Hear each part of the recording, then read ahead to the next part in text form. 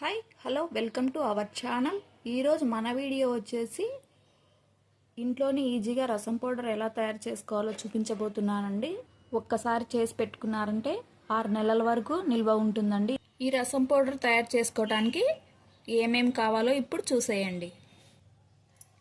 శనగపప్పు, కందిపప్పు, మినప్పప్పు, ధనియాలు, కరివేపాకు, ఎండుమిర్చి, వెల్లుల్లి రెబ్బలు, చెక్క, రాతిపూత, మరాఠీ మొగ్గ, మిరియాలు, జీలకర్ర, లవంగాలు. ఇప్పుడు స్టవ్ వెలిగించుకొని స్టవ్ పైన ఒక ప్యాన్ పెట్టుకోవాలి. 1 కప్పు శనగపప్పును వేసుకోవాలండి. మంటని మీడియం ఫ్లేమ్లో ఉంచుకొని త్వరగా వేయించుకోవాలి.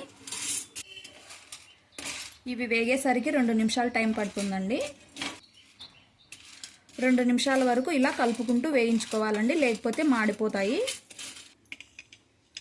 ఇవి వేగాయండి, ఒక ప్లేట్లోకి తీసుకోవాలి. ఇదే ప్యాన్లోనే 1 కప్పు కందిపప్పును వేసుకోవాలి. దీన్ని కూడా దోరగా వేయించుకోవాలండి. కందిపప్పు కూడా వేగిందండి. ఇప్పుడు ఇది కూడా ఒక ప్లేట్లోకి తీసుకోవాలి. 1 కప్పు మినప్పప్పును వేసుకోవాలండి. ఇది కూడా 2 నిమిషాలు దోరగా వేయించుకోవాలి.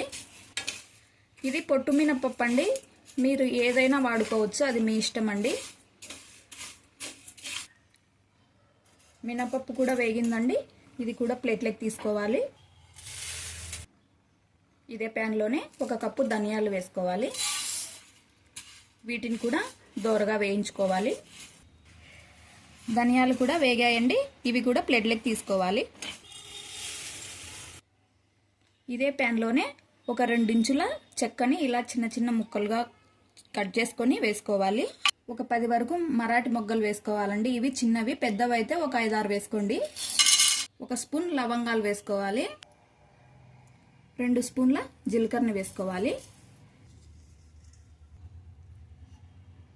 3 స్పూన్ల మిరియాలని వేసుకోవాలి. మంటని పూర్తి సిమ్లో ఉంచుకొని వీటన్నిటిని దోరగా వేయించుకోవాలండి.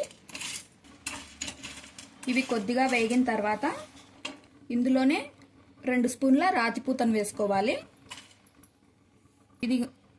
ఈ రాతిపూత ముందే వేస్తే మాడిపోతుందండి, అందుకే కొంచెం వేగిన తర్వాత వేసుకోవాలి.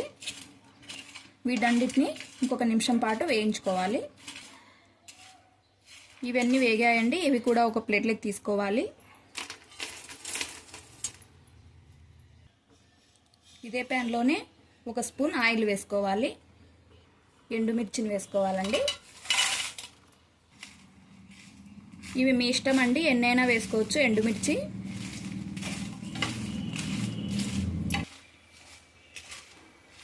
నేనైతే ఒక 30 వరకు వేశానండి. ఇవి 1 నిమిషం పాటు వేయించుకోవాలండి. ఇవి వేగాయండి. ఇవి కూడా ఒక ప్లేట్లోకి తీసుకోవాలి. ఇంకొక 1/2 టీ స్పూన్ ఆయిల్ 1 కప్పుడు కరివేపాకును వేసుకోవాలండి. ఇది పచ్చిదే.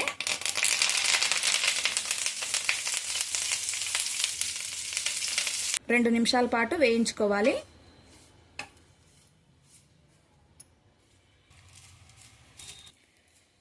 కరివేపాకు కూడా వేగిపోయిందండి. ఇప్పుడు స్టవ్ ఆపేసుకోవాలి. ఒక ప్లేట్లోకి తీసుకోవాలి కరివేపాకును.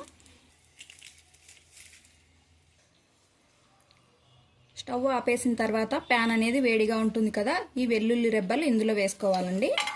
వీటిని వేయించాల్సిన అవసరం లేదండి. వీటిల్లో తడి అనేది ఉంటే పోతుంది ఇలా వేసుకోవడం వల్ల. ఇవన్నీ పూర్తిగా చల్లారిపోవాలండి. ఇవి చల్లారిపోయాయండి. ఇప్పుడు వీటిని మిక్సీ జార్ తీసుకొని కొన్నిగా మిక్సీ జార్లో వేసుకొని గ్రైండ్ చేసుకోవాలండి మెత్తగా.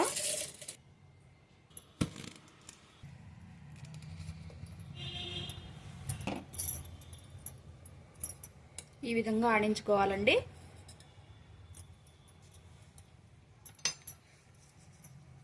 ఇప్పుడు కొన్ని పొట్టుతోనే వెల్లుల్లి రెబ్బలు వేసుకోవాలి. ఒక 20 వరకు వేసుకోవాలండి. ఇది మీ ఇష్టం. ఇవి వేసుకోవడం వల్ల టేస్ట్ బాగుంటుంది రసం. ఇప్పుడు మళ్ళీ గ్రైండ్ చేసుకోవాలి.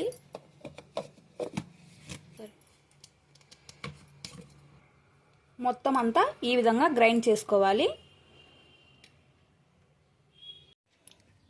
గుమగుమలాడే రసం పొడి తయారైందండి. తప్పకుండా మీరు కూడా ట్రై చేయండి.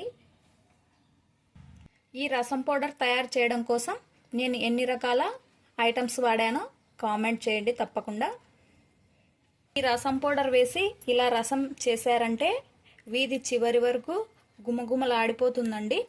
అలాగే అన్నం మొత్తం ఈ రసంతోనే తినేస్తారు, అంత రుచిగా ఉంటుంది. ఒక అర్ధగంట టైమే కదండి, తప్పకుండా ట్రై చేయండి. మన ఛానల్ ఫస్ట్ టైం చూస్తుంటే సబ్స్క్రైబ్ చేసుకోండి. అలాగే లైక్, షేర్, కామెంట్ తప్పకుండా చేస్తూ ఉండండి. Thank you for watching.